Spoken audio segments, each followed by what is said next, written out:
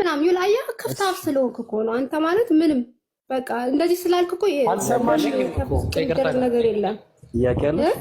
ጥያቄ አለሽ? ጠይቂ እኮ ጥያቄ ትፈራለህ በጣም አቡኪ፣ በጣም ነው ማለት ነው። ጥያቄ አለሽ ወይ እንዴ? ጥያቄ አለሽ? እባክሽ ጥያቄማ አለኝ፣ ግን የማይሆን ነገር ባያወራ ጥሩ ነው። እባክሽ ጠይቂኝ ጂጂ፣ እባክሽ ስለፈጠረሽ። አልሰማሁም ማለት ብሮ ምን ሆና ነው? ጥያቄሽን ብቻ ጠይቂያለሁ። አይ ወደ ነገር ስታወራ ነበር። አይ ወዳ ነው በቃ አቡኪ፣ እንደዚህማ ከአንተ ጋር ማውራት ነው የፈለገችው። አባቴ በቃ በል እንግዲህ። ኧረ እና ታዲያ ስለሌለው እናንተ አውሪ። እሺ ጠይቂ። እንዴ ምን ሆና ነው? እሺ እስልምና ማለት ነው ያለ ክርስትና መቆም ይችላል ራሱን ችሎ?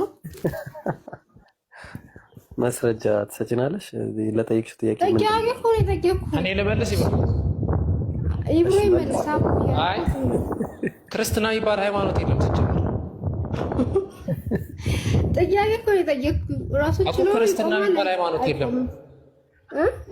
ማን ነው ምን ላይ የሚቆመው? ክርስትና የሚባል ሃይማኖት የለም። እስላም የሚባል ሃይማኖት አለ፣ ክርስትና ግን የለም። ከመጽሐፍ እስልምና ሳይሻል ክርስትና የሚባል ሃይማኖት ግን የለም። ካለ ታሳይኛለሽ።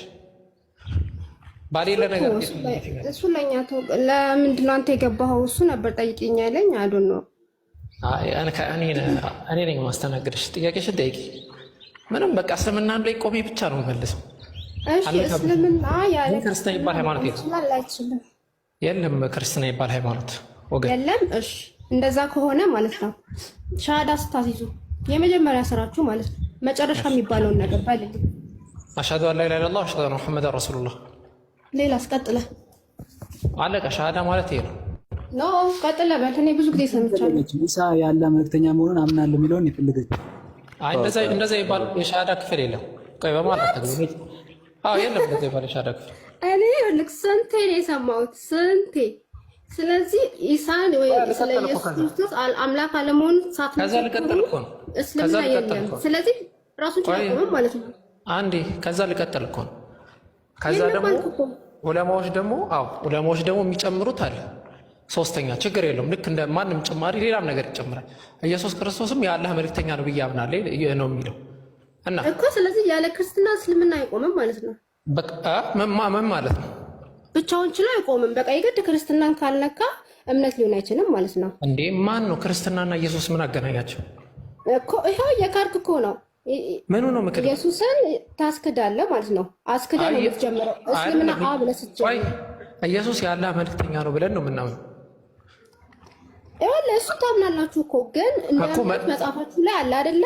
እሱን ይዛችሁ ነው የምንናገረው። ይሄ ምንድነው የምታስበሉትን አስበላችሁ መቆም እኮ ነው አይደል?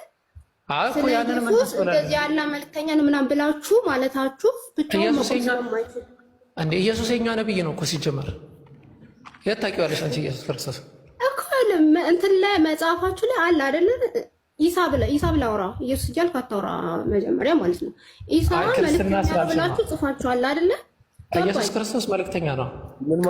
ቃል ሰምቻለሁ። ኢየሱስ ክርስቶስ አምላክ አለሙ ምንድነው የአላህ መልእክተኛ ምናምን እያስባላችሁ ሻሃዳ ያላህ መልእክተኛ ያላህ ባሪያና ያላህ መቆም አይችልም። ያለ ክርስትና እስልምና ባዶ ነው። ምን አገናኘው?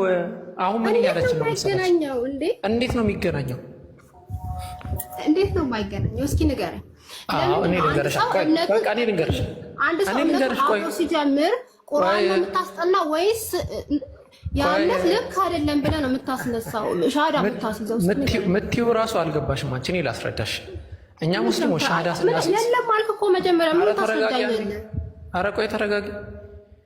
እኛ ሙስሊሞች ሻሃዳ ስናስይዝ አላህ አንድ መልእክተኛ ነው ብለን እናስተምራለን። ከዛ ደግሞ የአላህ መልእክተኞች ደግሞ አሉ የተላኩ ባሮቹ። ማን? ነቢዩ መሐመድ ሰለላሁ ዐለይሂ ወሰለም የአላህ መልእክተኛና የአላህ ባራ ናቸው።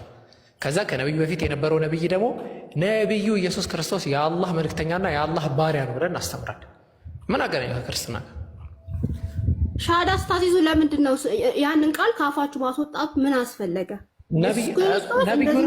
ብላችሁ ለምንድን ነው የምታሲዙት? አንድ መምህር ገድላትንና ታምራትን መካድ የክርስቶስን መካድ ነው ብሎ ያስተማሩ መምህር አሉ።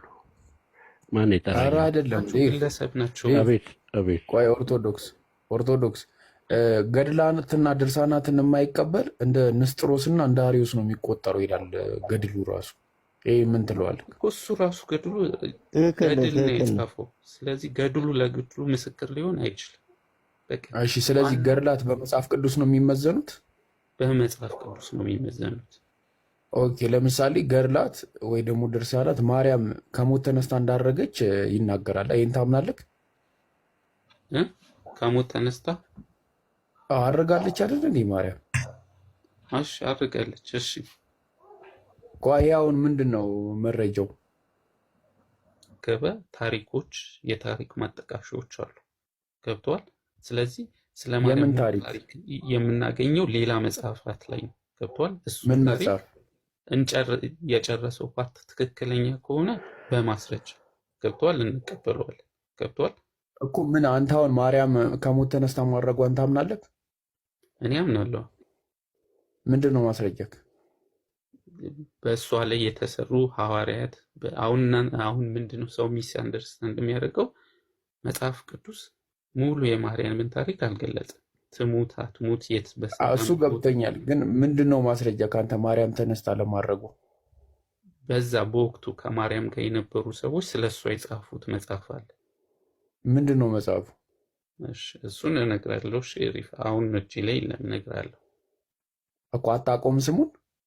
አሁን ለጊዜው አላውቀውም። እሺ ይቅርታ፣ ሳላስብበት ስለመጣ ብዙ ማስረጃዎች አንብበኳል። አታውቀውም?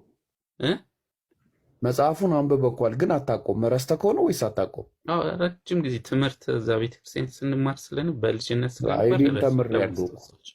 እኔም ተምሬያለሁ። የተናገረው ሲጀመር ማለት ነው ማርያም እንዳደረገች ከቶማስ በስተቀር ማንም የሚያውቅ የለም። እሱ ነው ወርዶ የነገራቸው። እሺ ምንድን ነው ጥያቄሽ? አሁን እንዳንተ እኔም ሰንበት ትምህርት የተማርኩት ቶማስ የሚባለው ሐዋርያ ዶክተር ነው አይደለም?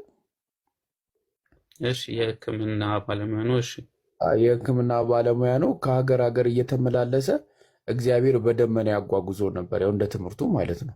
በደመና እንደ ፕሌን ማለት ነው። ከአንዱ ሀገር ወደ አንዱ ሀገር በደመና ነበር የሚመላለሰው ቶማስ። እንግዲህ ይህንን የተማርኩትን ነው የምነግርህ። ከዛ ከዕለታት በአንዱ ቀን በደመና ተሳፍሮ እየሄደ ማርያምን አየር ላይ ያገኛታል፣ እያረገች ማለት ነው። ከዛ እንዲህ ማርያም እያረግሽ ነው ምናምን አላት። አዎ ከሞት ተነስቻለሁ ትለዋለች። ግን ስለማያምኑኝ አለችና የወገቧን መቀነት ወይ ደግሞ ሰበነት ፈታችና ይሄ ለማስረጃ ይሁን ብላ ሰጠችው።